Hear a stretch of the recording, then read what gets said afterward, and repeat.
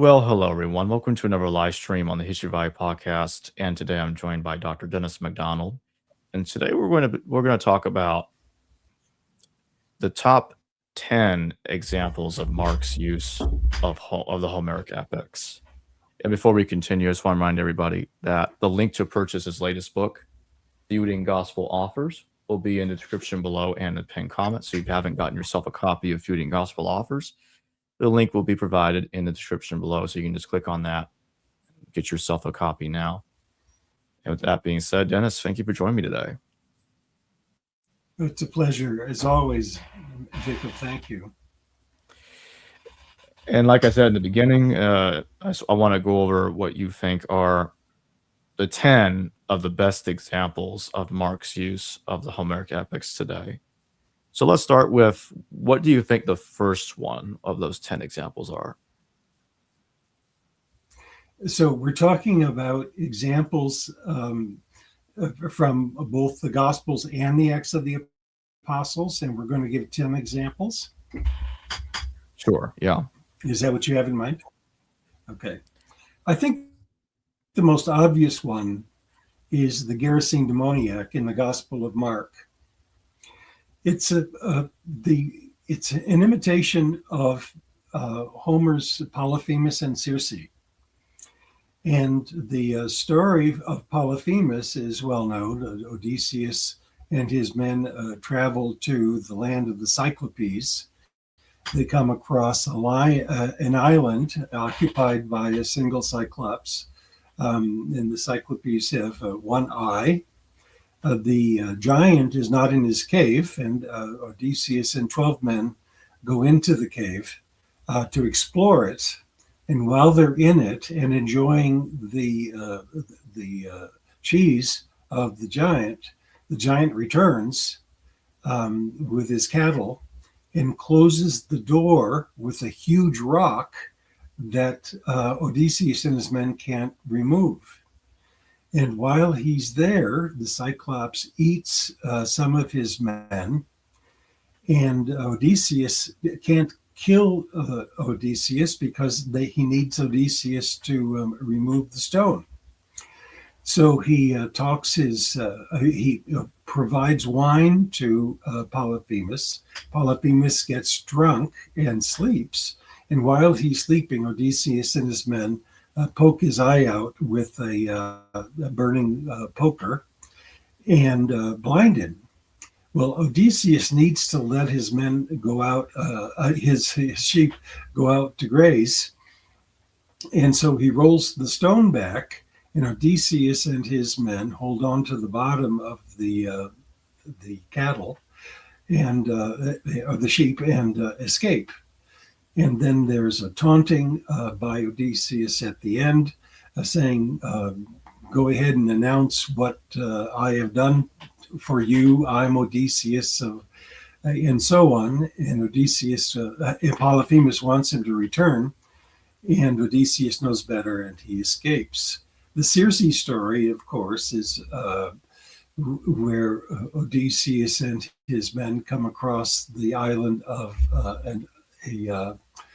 a witch who uses her drug, her pharmacon, to change Odysseus's men into cattle with their minds. And Odysseus has to go and rescue them. And then he shacks up with her for a year before he continues his voyages. Well, in the Gospel of Mark, Jesus and his 12 men sail on a ship to a deserted island that's or a landfall that is occupied by a man whom no one can subdue, and he lives among the caves. There's an exchange of Odysseus. Jesus wants to know the name of the demoniac, and he says, "We are legion because we are many." Jesus then exorcises this man, and in doing so, the demons want to be cast into the swine that are herding in the mountains. And Jesus allows that, and then he drowns the demons in the Sea of Galilee. And the parallels are so striking. And the point is that whereas Odysseus steals the sheep and blinds the man, Jesus heals the man. And so it's called a syncresis. It's a positive treatment of Jesus over against the villainous Odysseus. We know that Virgil imitates this story of Polyphemus because he has his own Polyphemus Ulysses story in the Aeneid. And there too, Virgil is trying to make Aeneas more compassionate than Odysseus, because Odysseus had left one of his men on the island. And even though this person was a Trojan, the Roman, or was a Greek, the Trojan Aeneas rescues him. So that's, I think, one of the really striking examples. Another is, I think, that strikes me, comes from the Iliad. The death of Hector and the death of Jesus are so similar that they really require a mimetic connection. And here again, we find a syncresis, a strategic comparison of the two. So, for example, Hector in Book 6 says farewell to his family, and his mother, Hecuba, offers him wine to assuage his pain in battle. And Hector says, no, thank you. I need to keep my wits about me and return to the battle. Later, in Book 22, Hector decides that he's going to fight Achilles man to man. And his parents ask him not to fight because they know that Achilles is stronger and faster. But Odysseus is willing to risk his life in order to save his family and his kingdom and his city. When Hector finally fights Achilles, he realizes that he's outmanned, and he starts to run around the city. And Athena disguises herself as Deiphobus, that is Hector's brother, and says, the two of us can take on this guy. I'll supply you spears and so on.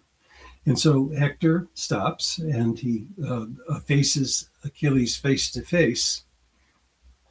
But then when he calls for a spear from Deiphobus, Athena has gone. And then he knows that his gods had abandoned him. And he says so to himself. And at that point, of course, the reader knows that Hector is doomed because he no longer has divine protection. Achilles then kills Hector, although Hector, in his dying breath, says that Achilles will be punished by the gods for having done so. Achilles then ties the body of Hector behind his chariot and drags it about until Priam goes and rescues the body of his son and gives it a funeral. So the parallel in the Gospel of Mark is that Jesus is offered wine in his crucifixion, and he rejects it the way that Hector had.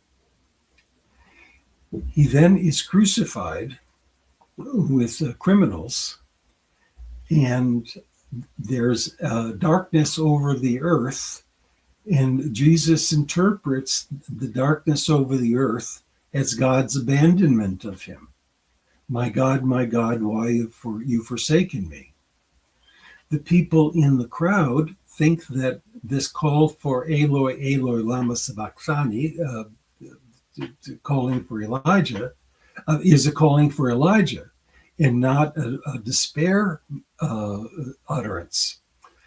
And so they give Jesus some wine in order to revive him, but Elijah never arrives, and then Jesus dies with a gasp, the same way that Hector had. There's also then the intimation that the temple is going to be destroyed because the veil of the temple is ripped from top to bottom. And similar to the threat that Hector makes to Achilles, that by killing him, he's going to be in trouble. Pilate keeps the body for a while, but Joseph of Arimathea plays the role of Priam, the father of Hector, and gets the body and gives it a burial.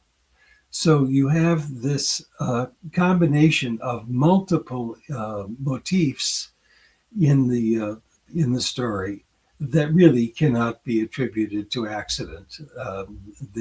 And by the way, the synchrosis or the contrast is amazing. Namely, Achilles dies, and Hector dies, and for that reason, it's clear that Troy is going to fall. Jesus dies. It's clear that Jerusalem is going to fall, according to the Gospel of Mark. But Hector stays in his grave, and Jesus rises from the dead. That's a huge synchrosis. Probably in the Acts of the Apostles, the most obvious imitation, and one that has been seen by scholars for at least a century, is the shipwreck story that Paul suffers on his way to Rome.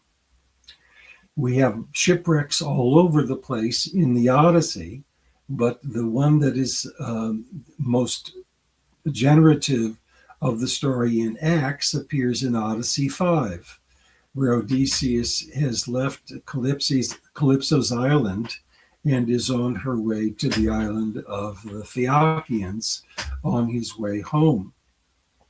That same passage is used by Virgil in the Aeneid to describe in Book 1, to describe the Trojans escaping Troy. And they have a shipwreck as well. What happens in the Odyssey is that Odysseus ends up nude and famished, thrown up onto the island of the Phaeacians, and needs to get then transport from the island back home. What happens in Acts, however, is that Paul and 270 passengers are saved because God has protected Paul on the way. And a similar kind of salvation happens in the Aeneid when Aeneas is on his way from Troy. Those parallels have been seen over and over again, largely because of the unusual nautical vocabulary, which is notoriously difficult for new students who are studying Greek in the New Testament, because these nautical terms are so unusual. But they appear in the Odyssey, they appear in the Acts of the Apostles, and earlier than Luke, they appear in Virgil's Aeneid. So those are some of the ones that are most obvious. There are, do you want me to just continue, or do you want to ask questions about those? You can continue. I'm sorry? You can continue. Okay, I'll continue. Another example of mimesis, which is quite amazing, occurs in Mark. It's not related to Homer. It's related to Euripides and the madness of Heracles. Heracles has returned Cerberus to Hades and comes back to Thebes and finds that his family is in jeopardy of being killed by the king who's trying to usurp Achilles' authority over Thebes. And he kills Lycus, but Hera is so upset about this because she's been a foe of Heracles since his birth, sends a evil spirit to cause dementia with Heracles. And so Heracles, in madness, kills his sons and his wife, and then awakes from the stupor and realizes what harm he's done. And this is similar to by the way, his boys saw that he was going crazy by seeing his convulsions and especially his foaming at the mouth. In the Gospel of Mark, we have Jesus confronting a frothing demoniac who has been punished from his birth by Hera, who wants to kill him because he was sired by her husband Zeus. Jesus then cures the frothing demoniac, that is the Heracles-like character. And so there you have the syncresis that Jesus cures a frothing demoniac like Heracles, whereas Heracles killed his own children in madness because of Hera and the sending of the Electro, the demon.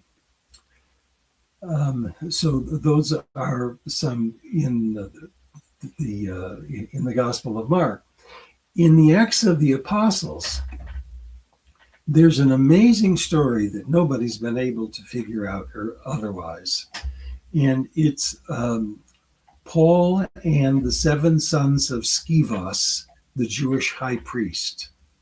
This story is very peculiar, and commentators do not know what to do with it. And they don't know because they aren't aware of mimesis. The story appears in the Iliad in Book 21 after Achilles has recovered his powers and decided to join the Greek cause against the Trojans.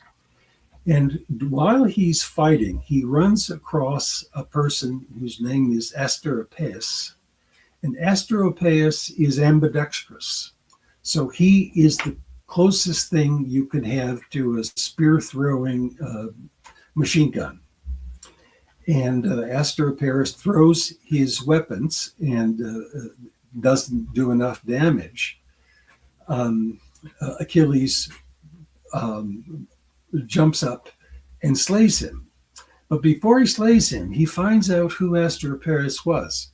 He was the descendant of a dynasty of rivers, including the Scamander, the river at Troy. And there's an exchange that's quite amazing.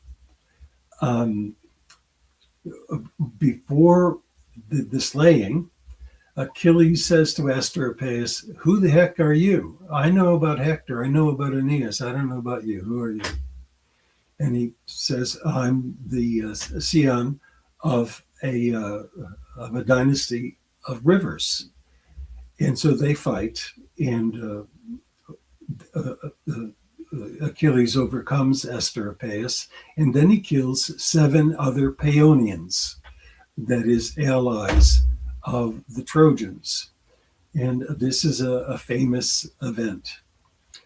The river god Scamander is so enraged that Achilles has killed these people, including one of his own family, that he orders his waves to attack Achilles. So now Achilles is not just a mortal fighting mortals or immortals, but now fighting a total river. This is to show his strength and might. And he would have died had not Hera seen what was going on and ordered Hephaestus, the god of fire, to come and to dry up the river. And had Hephaestus not done that, he would have died. So Achilles, with the help of Hephaestus, survives. And then in the next book, kills Hector. What happens in the Acts of the Apostles is that Paul arrives in Ephesus and he runs across 7 sons of a Jewish high priest named Scevas. Scevas is not a Hebrew name. It's not a Greek name. It's a Latin nickname, and it means lefty. And it's a word that is used for identifying left-handed gladiators in inscriptions that we have from antiquity. So how unusual is that? To have 7 sons living in Ephesus who are sons of a Jewish high priest, no longer in Judea, whose name is Lefty. When the 7 sons of Scevas tried to cast out a demon, and the demon says, "I know Paul and I know others, but who are you?" It's the exact same expression that you find in the Iliad. And of course, the reader knows that these are the 7 sons of Scevas, a high priest. It gives them a status. The demon then routs the 7 sons of Scevas, and later there's the burning of books. So you have the divine fire and so on. So the cleverness of this story is really quite astonishing. We have other forms of nemesis other than poetry. So, for example, when Paul arrives in Athens, he's astonished by the statues of the city, and he announces the unknown God and is preaching in Athens against this idolatry. Well, of course, that's Socrates, who lives only in Athens, never leaves the city apparently, and is not a fan of the gods of Athens. Dies because he is a devotee of another god whom we call the Demoniac. And even in antiquity, people saw these parallels. So that's another imitation. There are other imitations that are more difficult to identify in the Acts of the Apostles. One is story, which is very important for Acts because it's the birth of a Gentile mission that doesn't require circumcision. Cornelius is a Roman centurion. He receives a vision by God that he is to consult with Peter, who happens to be nearby. And he doesn't know why, but he calls for Peter. Peter has a vision of reptiles and birds, and the heavenly voice says, "Take and eat." But these are non-kosher, a non-kosher diet. And Peter 3 times says, "No, I can't do that. That's inappropriate." But the dream that comes to Cornelius and the vision that comes to Peter coincide, and Peter then realizes that he needs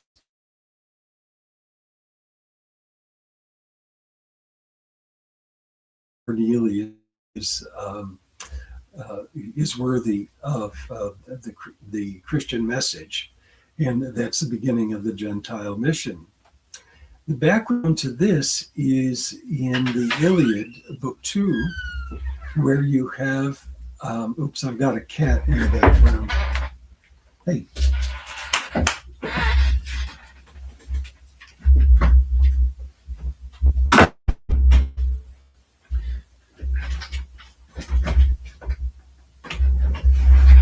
Sorry about that, talking about birds and reptiles. Maybe that made my cat come. But you have a lying dream to Agamemnon, who says, the gods are on your side. This is a time to attack Troy. Hera has dropped her objections to this. And so this is the time when you can take the city. And Agamemnon is encouraged by it. But he tells his troops that if they're not willing to fight, they should go home. And then they all started to go home. And Odysseus stopped them from returning home. And he said, remember the portent that we had at Aulis, where there was a serpent that came and devoured a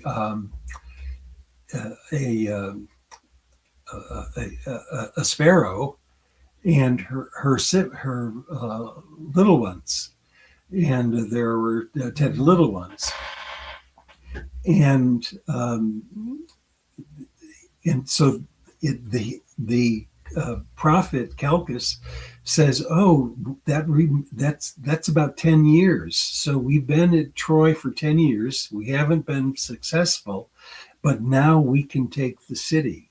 And the correlation between the lying dream to Agamemnon and the vision that came to the Trojans early with the prophecy was the background for it. Now, the synchrosis is obvious.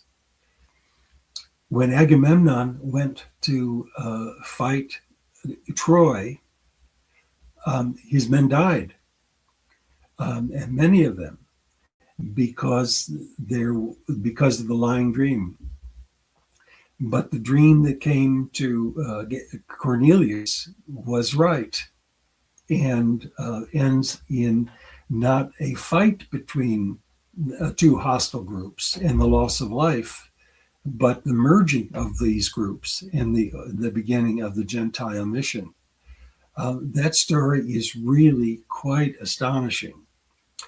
We also have in the Acts of the Apostles, Paul's prison break.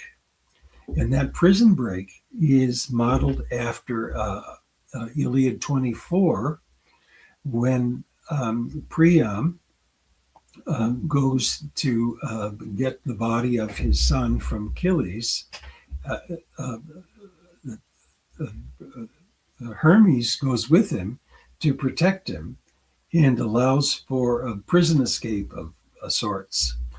And the parallels again are quite clear. There's the crossing of the recognition of the return of the body, and so on. I probably should stop there and let you ask questions. I can give you a few more examples if you wish. You can go ahead and give the other examples. Okay, I don't know how many we've done so far, maybe 6. I think that might be right, yeah. Yeah, there's so many to choose from. That's what's tricky. Well, the Gospel of John would be an example. In that case, the imitations come from Euripides' Bacchae. And of course, Dionysus is the god of wine. And even though Euripides does not make a big point of Odysseus as the god of wine, it certainly is is that association. But you do have in the Bacchae the notion that if you eat the raw flesh and drink the blood of the deity, you'll have life in you. And that's the form of the Eucharist that one finds in the Gospel of John. But the part that I think is most interesting, which is overlooked by most scholars, is the opening of the Gospel of John, where Jesus says that he is the Logos.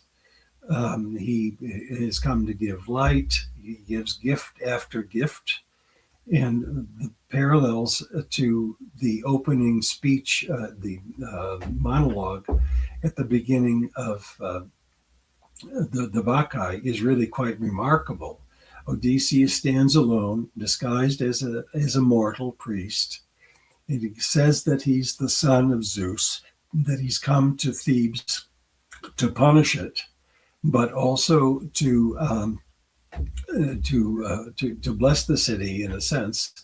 But he does so by making the women crazed, and the story of the persecution of Jesus and the persecution of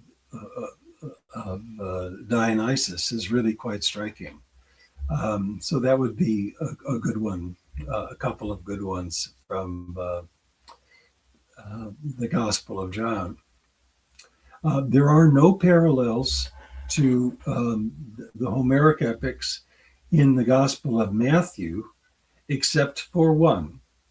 That is, the guards at the tomb are similar, play a role similar to the guards that are protecting the Achilles' palace, where, or his bivouac, where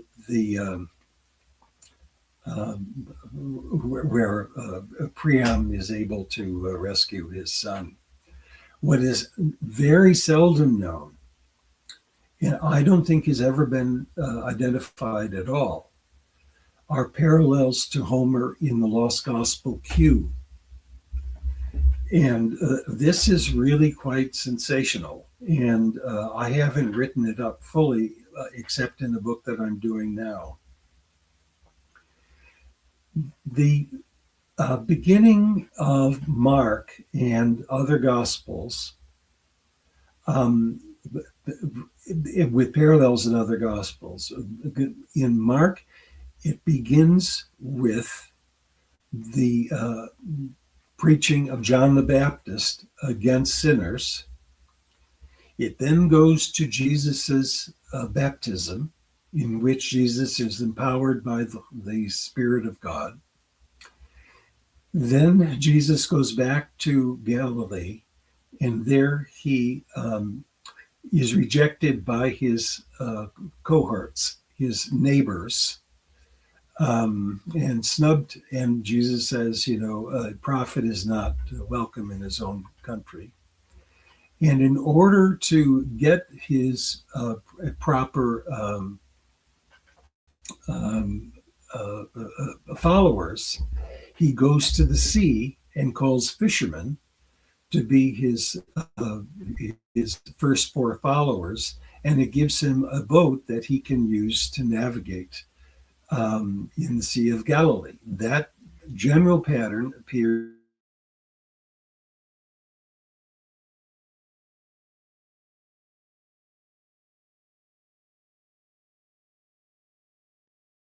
and I don't have time here to justify the reconstruction of the text. Version of Mark is more primitive than what we have in Mark. And we can demonstrate that because Matthew's version is closer to the Septuagint equivalents than Mark is, and Mark makes exceptions. So, or makes deviations.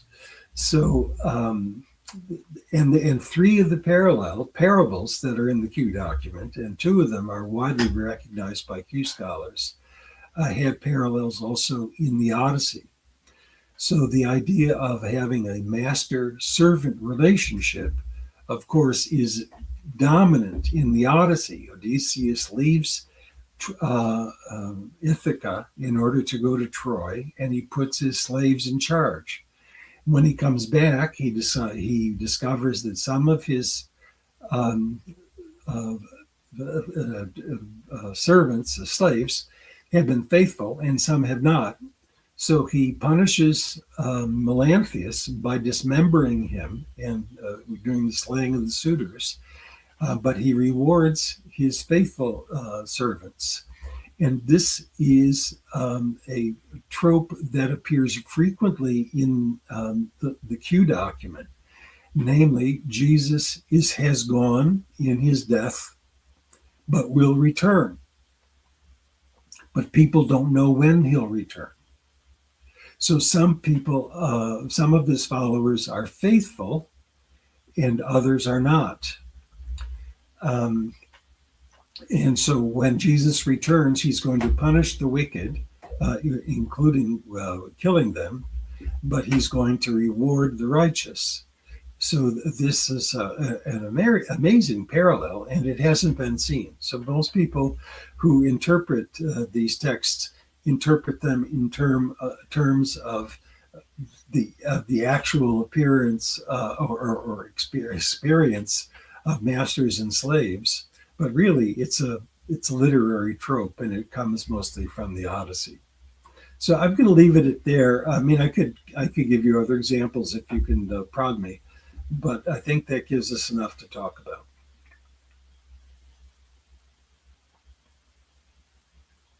So, in my final question before we close, would you say that in some ways Matthew and John, but especially Matthew, are they trying to push back or try to move away from the Homeric influences from the direction that Mark and Luke went? That is a brilliant question. And I'll tell you, I think two answers are possible. And I vacillate often in trying to answer that question, but it's a very important one. What we can do is to take a look at the evidence itself. When we find parallels between Mark and Matthew, and we have lots of them, very few narratives in Mark don't appear in Matthew.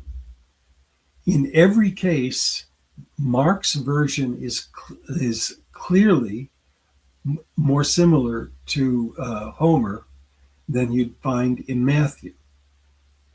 So that occurs over and over again. What we can say, what we don't know, is did Matthew not see these parallels and simply truncated what he had in Mark in order to economize, and so he stripped the narrative unwittingly of the Homeric elements so that one couldn't see them. Another possibility is he saw them and he wasn't fond of them. And instead of trying to write a founding myth the way that Mark did, Matthew's trying to make a biography. And these Homeric elements would be unwelcome. And that makes sense because we know that Matthew is wants the Christian movement to be actually more Torah observant than the Pharisees. Let your righteousness exceed that of the scribes and Pharisees. So to have a gospel that's heavily indebted to the Homeric epics is not a part of Matthew's project.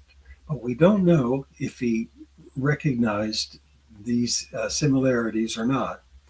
The one reason we think maybe he did recognize them is because of the stationing of the guards and how similar that is to what one finds at the end of the Iliad, where Achilles has stationed his guards to protect his bivouac. But it's a very good question. I wish I had a good answer to it. I'd like to remind everybody real quick that the link to purchase Feuding Gospel offers will be in the description below and in the pinned comment. And with that being said, Dennis, thank you for joining me today. Thank you, Jacob. Hello viewers, thanks for watching this video from the History Valley YouTube channel. Please don't forget to subscribe and hit the notification bell. And if any of you wish to further support this channel, please consider checking out this channel's Patreon page and becoming a patron. And or donate through PayPal or through Super Chat during your live stream. Thank you.